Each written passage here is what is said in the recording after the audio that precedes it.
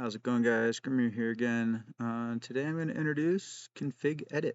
With ConfigEdit, you can open and edit any of your config files in two different fashions, actually. So your default folder is going to be your main Red Guides your main Red Guides folder, and there's a reason for that. I used to use the config, but you may actually want to edit some stuff that isn't in the config, like the Lua folder or something. So we went back a step.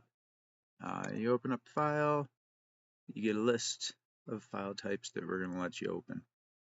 By default, it's Lua, but you have to click it to open up your config editor opening. And from here, you can pick a folder that's even deeper. So we'll actually go into the config folder and we'll open up one of these. And in normal view for LUAs, it breaks things down like this, so it's all in tables. You can also, let me pick a different file. We're gonna go one step deeper. We'll grab Button Master. Button Master, it's got a little bit of depth to it. So you got buttons, you got your characters, blah blah blah. Another option, you can open up any INI files. So if I back up a step out of here, leave in here, should be your zone INI. There's your base zone INI file if you need to edit anything in there. You can, in the config folder, there's like, oh, that one's old school, but you can go to Kiss Assist and edit your Kiss Assist INIs. I don't like the old Buttonmaster INI, so I don't want to open it. Very handy. Go in, edit stuff, change stuff. In the case of INIs, you can delete entire rows or re-add rows, depending on the INI, so make sure you don't delete important things. The key is we don't delete or add sections. To do that, there's another method. Same thing with an LUA table. If I go into here, and actually let's go back a notch, and we'll go config. We'll go to RGmerks, because RGmerks has a bunch of different configs, and actually go into PC configs, and I'm going to scroll down the one here. If I look at pull for Molly Frog, she's got farm waypoints for different zones, and you can drill into those. There's your pull deny for different zones. And then these are just, anything in generic is a setting that didn't already exist inside of a table. So it was just one of your base level settings on the config file. I just grouped them all together and threw them in the generic for ease on the eyes. You can also go open up your log files if you really want, because why not? It's just a plain text file. Go in here, pop open a log, go scroll through your log. You can open up your config files. So if you wanted to go, I want config, you can go in here and open up any of these guys, or I think there's even configs back level. Not sure why that's not updating the back level config. Maybe there isn't. Anyways, so yeah, you can go in, edit your config. Here's an in-game INI. Let's open up another one. I think if I go to Molly Frog, I'll see something.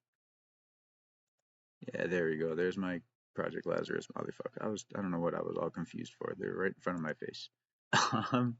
Now, with INI and LUA files, because of the way they lay out, or that we draw them, so that they kind of make a little bit of sense when you're trying to edit stuff, there's a caveat.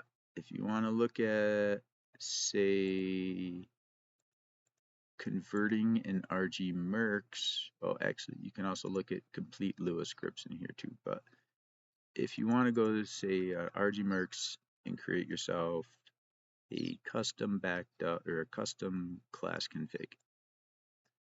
To do that as a normal Lua, in fact, I'll show you, it will just crash everything. Oh, we want to go into class configs, and then we want to pick the config. So in this case, I'm going to pick the enchanter config. You get this crash, and that is because it's a full injection. There's includes and functions and all of that nitty gritty stuff that's going to make that break. So we have an option called document view. Document view will take your INI files and your RGmerx files. So let's actually go back and look at that RGmerx example. So we'll go Lua. Sadly, you got to pull the real one out of the custom or the real folder to make your custom if you want to do it correctly. So here's the enchanter one. But now it's open as a plain text document. I can go in here, I can edit this, I can do what I want. One of the things that I can do as well is create a, well, actually, you can save it as is, like named as is, and just change the location. So in this case, I want to go to configs, I want to go to RGmerx, and I want to go to class configs. And it's going to be my custom enchanter RGmerx class config. We've changed the path, we've reloaded the file. Now if I want to edit this in LUA mode, I have to delete these 2 lines because those break things. Those are the first 2 things you will have to do to edit it in a normal way. But then you can go back in here, and as long as your path stays the same, it's always the same file name unless you say create backup, and then it just appends back up to the end of it. So now we've saved it like this. I can turn off document mode and we can look at it like this. Problem again is if we save where these functions are. So if I was to save this back where those functions are, and I look at the document mode and find where those functions are, which I think they're way down here. Any line that has a function in it in this config, wow, these configs are huge, huge. Okay, so like right here where this has a function, when this goes to save back, these lines are going to be missing, and that's a problem. So if you're editing something with functions in it, edit it in document view, because when you edit and save it back, it preserves these. And you can do the same thing for an INI file if you want. You can open up your INI file in document view. Let's go to config and go look at this one. Here's your, oh, I opened it up in a WordPad basically.